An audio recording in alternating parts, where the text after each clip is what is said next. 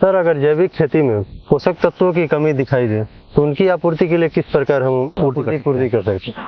देखिए रवि जी, एक्चुअली होता क्या है कि कोई भी फसल है उसको खुराक चाहिए होती है जी आपने गन्ना, गेहूं, धान, सब्जियां जो भी लगाएंगे, जी मान लीजिए उसको नाइट्रोजन की जरूरत है। जैसे आमतौर पे हम देखते हैं कि लगभग 20 से 21 तत्वों की जरूरत पड़ती है, जिसमें से 18 तत्व मेन हैं और 18 में भी नाइट्रोजन, फास्फोरस, पोटास मेन है। जी उसके बाद कैल्शियम, मैग्नीज, सल्फर है। उसके बाद फिर zinc, iron, manganese, copper, boron, molybdenum, chlorine, ये सारे आते हैं। जी तो सूक्ष्म तत्व तो ऑलरेडी आप देखते हैं कि जो भी कंपोस्ट आप इस्तेमाल कर रहे हैं, चाहे वर्मी कंपोस्ट कर रहे हों, चाहे घन जीवामृत कर रहे हों, चाहे कोई भी सफल कंपोस्ट इस्तेमाल कर रहे हों, या गोबर की खाद को सड़ा गला करके तैयार कर रहे हों, या तरल खाद का इस्तेमाल कर रहे हों, जैसे वर्मी वास है, जीवामृत है, अमृत पानी है, तो इनसे सूक्ष्म तत्व क्योंकि बहुत कम मात्रा में चाहिए होते हैं, पीपीएम्स में चाहिए होते हैं, तो वो मिल जाते हैं ऑलरेडी। वो जब जमीन में जीवांश कार्बन अच्छा होता है तो ऑटोमेटिकली मिल जाते हैं। दूसरा आता है जैसे कैल्शियम, मैग्नीशियम, सल्फर है, या आपका नाइट्रोजन, फास्फोरस, पोटास है।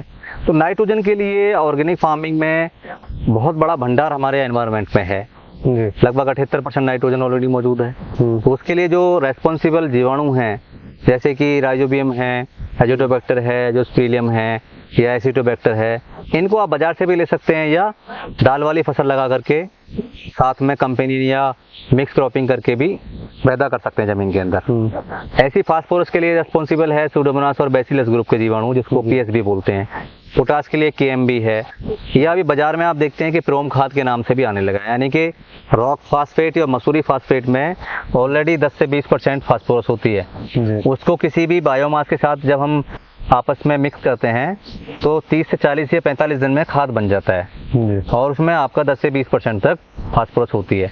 तो उसको बाजार में आपको प्रोम खाद के नाम से आता है, आप खुद भी बना सकते हैं बाजार से लेकर के, और चाहें तो बाजार से ले सकते हैं। उसका आप इस्तेमाल करेंगे तो फास्फोरस की पूर्ति हो जाएगी।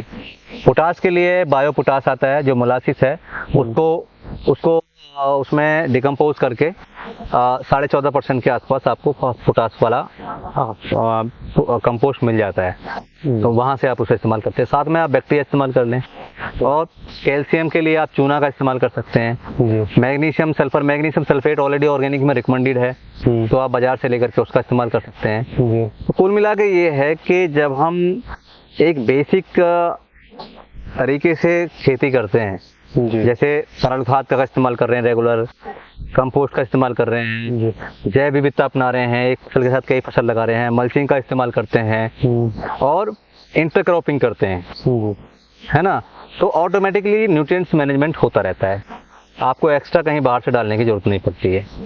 यही जैविक खेती और प्राकृतिक खेती की खासियत है कि आपको किसी पर्टिकुलर न्यूट्रिएंट्स को देने के लिए आपको बाजार नहीं जाना पड़ेगा, वो ऑटोमेटिकली सब कुछ नेचुरल तरीके से मैनेज होता है। उसमें आपको ज़्यादा टेंशन लेने की आवश्यकता नहीं है, किसान को टेंशन लेने की आवश्यकता नहीं होती है।